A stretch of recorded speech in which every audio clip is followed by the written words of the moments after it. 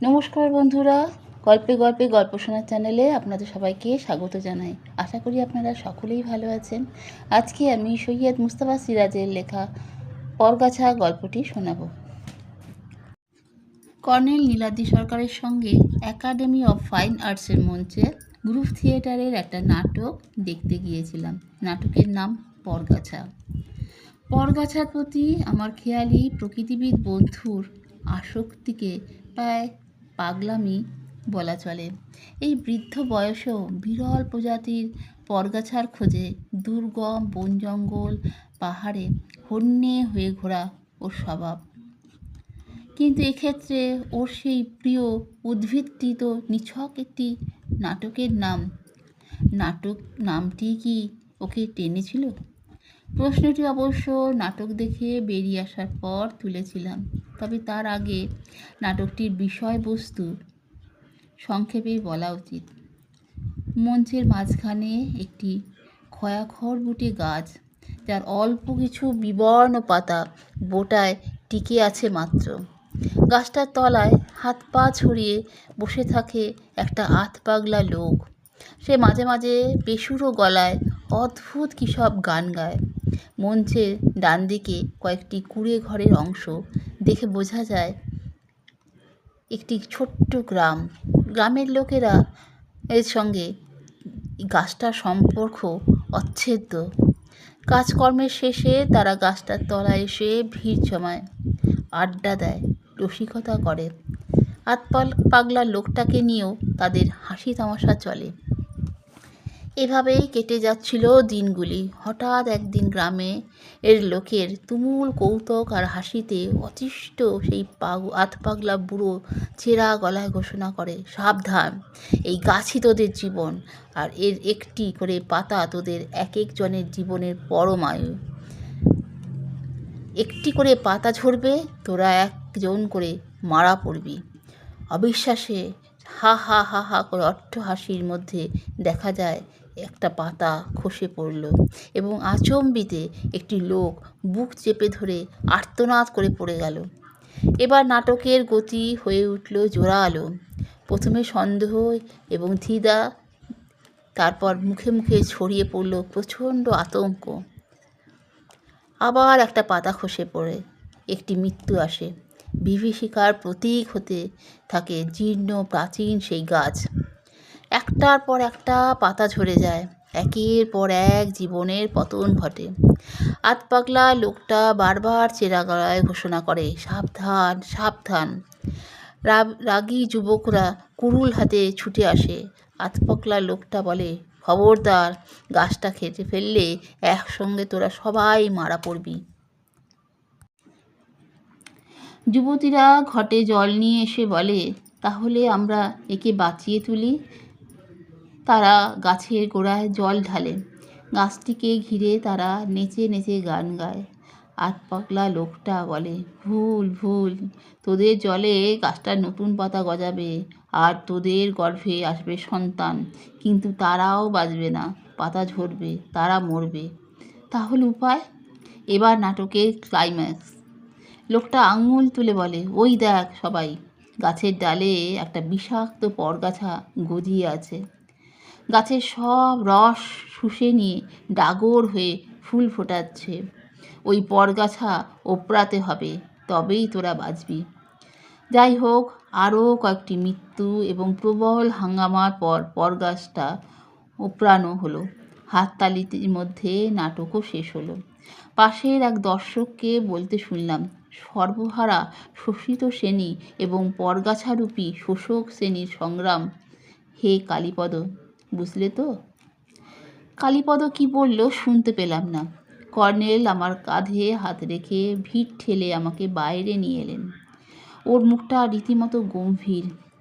October মাসের রাত 8:30টায় টিপটিপ বৃষ্টি শুরু হয়েছিল সবে।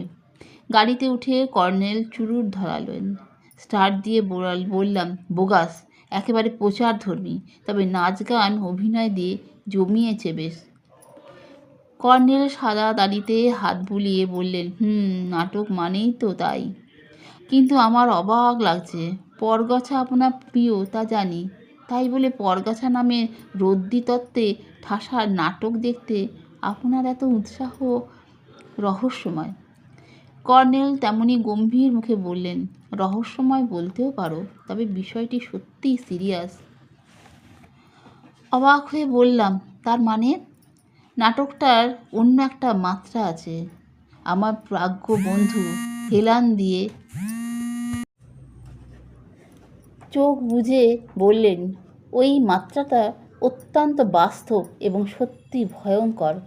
বিষাক্ত পরগাছা, হ্যাঁ জয়ন্ত, কোনো কোনো পরগাছায় লাক্ষা জাতীয় কীটের জীবাণু থাকে।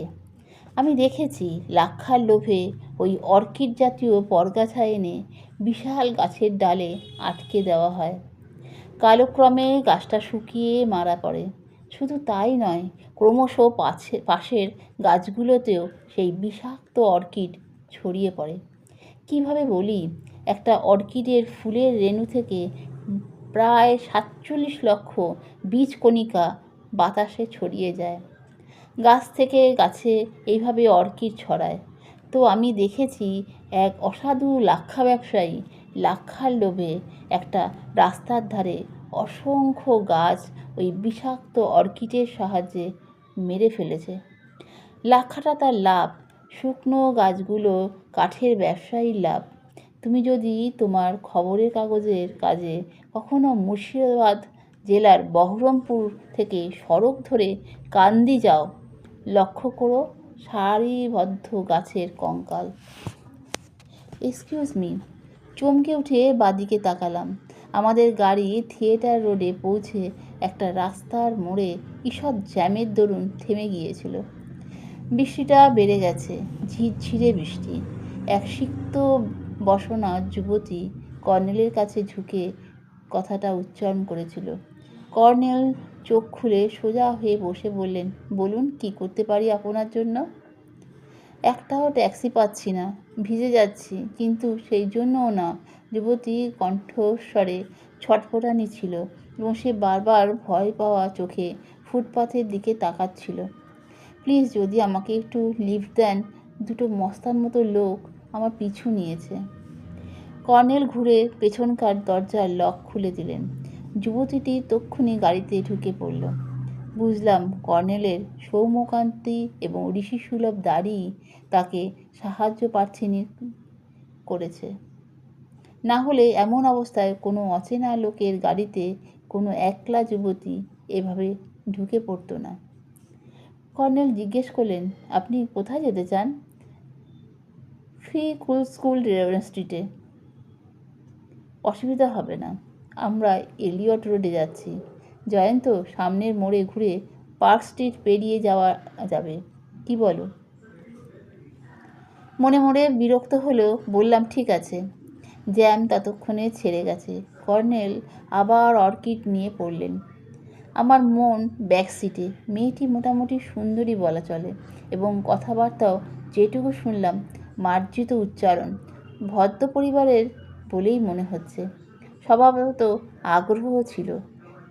কি তার নাম, কোথায় একা গিয়েছিল এবং কিভাবে দুটো লোক তার পিছু নিল।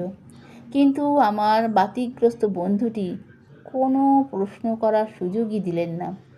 পার্ক স্ট্রিট পেরিয়ে ফ্রি স্কুল স্ট্রিটে ঢুকে বললাম, কোথায় নামবেন বলবেন? বেশি দূরে নয় বলে সে জানালার বাইরে দৃষ্টি রাখল। কিন্তু ফ্রি স্কুল স্ট্রিট প্রায় অন্ধকার। বড় দোকানপাট আজ রবিবারে বন্ধ। শুধু পান সিগারেটের দোকানে মোম জ্বলছে। লোডশেডিং এবং ঝিরঝিরে বৃষ্টি। কিছুক্ষণ পরে সে বলে উঠল, এখানে। তারপর গাড়ি থেকে নেমে শুধু অসংখ্য ধন্যবাদ বলে অন্ধকারে বাদিকের ফুটপাতে অদৃশ্য হলো। কর্নেল বললেন, তাহলে দেখো জয়ন্ত, যা বলছিলাম ঠিকই বলছিলেন। জীবনের সর্বত্র নাটক, রাস্তাঘাটেও নাটক। হাসতে হাসতে বললাম, জানি না এটা একই নাটকের দ্বিতীয় অঙ্ক কিনা। বলে গাড়ি ডাইনে ঘুরিয়ে সংকীর্ণ রাস্তায় ঢুকলাম। দূরে আলোকিত বড় রাস্তা দেখা যাচ্ছিল। ডার্লিং, ঝটপট বললাম, প্লিজ কর্নেল, আর কখনো ডার্লিং বলবেন না। আপনার ডার্লিং শুনে আমাদের কাগজের জনৈক সমালোচক বেজায় খাপ্পা হয়ে গেছেন। তাছাড়া আপনি কথায় কথায় বড্ড বেশি ইংরেজি বলেন, এও নাকি তার পক্ষে বিরক্তিকর। কর্নেল কান করলেন না আমার কথায়, বললেন, ডার্লিং অর্কিড বা পরগাছা গাছপালার জগতে যেমন মানুষের জীবনেও তেমনই স্বাভাবিক একটা জিনিস। আসলে মানুষের সভ্যতার একটা অদ্ভুত লক্ষণও কিন্তু এই অর্কিড জাতীয় পরজীবী সম্প্রদায়। হয়তো বা আমরা প্রত্যেকেই কোনো না কোনো সময় অর্কিডের ভূমিকা নিয়ে বেঁচে থাকি। কর্নেল, দার্শনিক তত্ত্ব থাক, ওই মেয়েটি সম্পর্কে কি মনে হলো বলুন? ওকেও তুমি অর্কিড বলতে পারো। কি মুশকিল, আপনার মাথায় অর্কিডের ভূত ঢুকে গেছে দেখছি। জয়ন্ত মেয়েটি পরজীবী শ্রেণীর, তার মানে? আমরা একজন কলগালকে লিফট দিলাম। গাড়ির গতি কমিয়ে বললাম, বলেন কি? যে বাড়িতে ও ঢুকে গেল সেই বাড়িতে কিছুদিন আগেই পুলিশ হানা দিয়েছিল। তুমি সাংবাদিক, তোমার মনে পড়া উচিত 1 ডজন কলগালকে পুলিশ অ্যারেস্ট করেছিল। ওদের কেউ কেউ নার্কোটিক্সের কারবার করত। সেদিনকার খবর। একটু হেসে বললাম, বাড়িটা আপনার চেনা দেখছি। কর্নেল এতক্ষণে হাসলেন। শুধু বাড়িটা নয়, মালিককেও আমার চেনা। ভদ্রলোক একজন অ্যাংলো ইন্ডিয়ান, হ্যারি ওলসন নাম। গোবেচারা নিরীহ মানুষ, বয়স প্রায় 80-র উপরে। আসলে কলগাল বা নার্কোটিক্সের ব্যাপারটা ওর এখতিয়ারের বাইরে। তো যা বলছিলাম, সেই অর্কিড, বিষাক্ত অর্কিড শরীরের গজিয়েছে হ্যারি ওলসনেরও। ফলে তার অবস্থা কল্পনা করো। কল্পনা করছি, এখন সবখানে সব কিছুই অর্কিডে ঢাকা। আমার ভয় হচ্ছে কর্নেল, শেষে আপনি না আপনার প্রিয় ষষ্ঠীচরণকেও অর্কিড ভেবে বসেন। তাহলে কিন্তু এই বৃষ্টির রাতে কফির আশা বৃথা। কর্নেল কোনো মন্তব্য করলেন না। লক্ষ্য করলাম আবার চোখ বুজে হেলান দিয়েছেন। দাঁত কামড়ে রয়েছে জ্বলন্ত চুরুট। কিছুক্ষণ পরে এলিয়ট রোডে কর্নেলের সানি ভিলার প্রাঙ্গণে ঢুকে গাড়ি পোর্টিকোর তলায় দাঁড় করালাম। আমার আর সিঁড়ি ভেঙে 3 তলায় ওঠার ইচ্ছে ছিল না, কিন্তু কর্নেল আমাকে যেতে দিলেন না। অগত্যা গাড়ি পার্ক করে রেখে ওর সঙ্গে ধরতে হলো। ষষ্ঠীচরণ দরজা খুলে চাপার স্বরে বলল, এক বড় বুড়ো বাবু এসেছেন। বললাম, বাবুমশাই বেরিয়েছেন, ফিরতে রাত্রির হবে। উনি বললেন, যত রাত্রি হোক ওয়েট করব তো। তা তিনি কি ওয়েট করছেন? আজ্ঞে, ষষ্ঠী বেজার মুখে বলল। জোর করে ঢুকে বললেন, আমি তোমার বাবুমশাইয়ের বন্ধু। কর্নেল তার দিকে চোখ কটমুটিয়ে বললেন, শিগগির কফি। ছোট্ট ওয়েটিং রুম পেরিয়ে ড্রয়িং রুমের পর্দা তুলে ঢুকে উনি প্রায় চেঁচিয়ে উঠলেন, হ্যালো রায় সাহেব। ঢুকে দেখি প্রায় কর্নেলের বয়সী এবং তার মতোই দশাসই চেহারার এক ভদ্রলোক সোফায় বসে আছেন।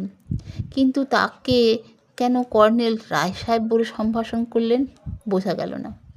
ভদ্রলোকের পরনে ধুতি পাঞ্জাবি, পাশে একটা কাপড়ের ব্যাগ। চেহারায় অবশ্য বনেদি আভিজাত্যের ছাপ আছে। দেখুন সেই পাকা গোঁফ এবং চুলও সাদা, তবে কর্নেলের মতো টাক নেই। ভদ্রলোক বললেন, বিকেলে হাওড়ায় পৌঁছেছি। স্টেশন থেকে ফোনে লাইন পেলাম না। তার উপর আজকাল আপনাদের কলকাতার কি অবস্থা হয়েছে, ট্যাক্সি পেতে সে এক হাঙ্গামা, সারা রাস্তা জ্যাম। ব্যাস, তারপর শুরু হয়ে গেল বৃষ্টি। অবশেষে যদি বা এসে পৌঁছলুম, শুনি আপনি নেই। কর্নেল আলাপ করিয়ে দিলেন, ইনি অবনেন্দ্র সিংহ রায়। জয়ন্ত, তুমি কি কখনো রাঙাটুলি গেছো? ধানবাদ খনি এরিয়া থেকে সামান্য দূরে এক অসাধারণ জায়গা। শহর বলতে পারো, আবার গ্রামও বলতে পারো। টিলা, পাহাড়, জঙ্গল, ঝর্ণা আর নদী। তো রায় সাহেব, এর নাম আমার কাছে শুনে থাকবেন, জয়ন্ত চৌধুরী, দৈনিক সত্যসেবক পত্রিকার সাংবাদিক। আমরা নমস্কার বিনিময় করলাম। অমরেন্দ্র বললেন, নামটা শুনে থাকবো। আপনার সঙ্গে আলাপ হয়ে ভালো লাগলো জয়ন্তবাবু। আপনি কাগজের লোক, নিশ্চয়ই বটুক চৌধুরীকে চিনতেন। আমাদের এলাকার ট্রেড ইউনিয়ন নেতা বটুক চৌধুরী হঠাৎ রাতারাতি নিখোঁজ হয়ে গেল। সেই নিয়ে কত তোলপাড়। পরে ওর বডি পাওয়া গেল ড্যামের জলে। বললাম, না, চিনি না তাকে। কর্নেল একটু হেসে বললেন, চৌধুরী সাহেবের ভূত কি এখনও রায় সাহেবের পিছু ছাড়েনি? অমরেন্দ্র অমনই গম্ভীর হয়ে গেলেন। চাপা স্বরে বললেন, এবারকার ব্যাপারটা একেবারে অন্য রকম। গত বছর তো আপনি গিয়ে রহস্যটা ফাঁস করলেন। যোগেন ব্যাটার ছেলেকে বাড়ি থেকে তাড়িয়ে দিলাম। কিন্তু এবার উড়ো চিঠি নয়, আপনি ভূত বললেন কতকটা, তাই যেমন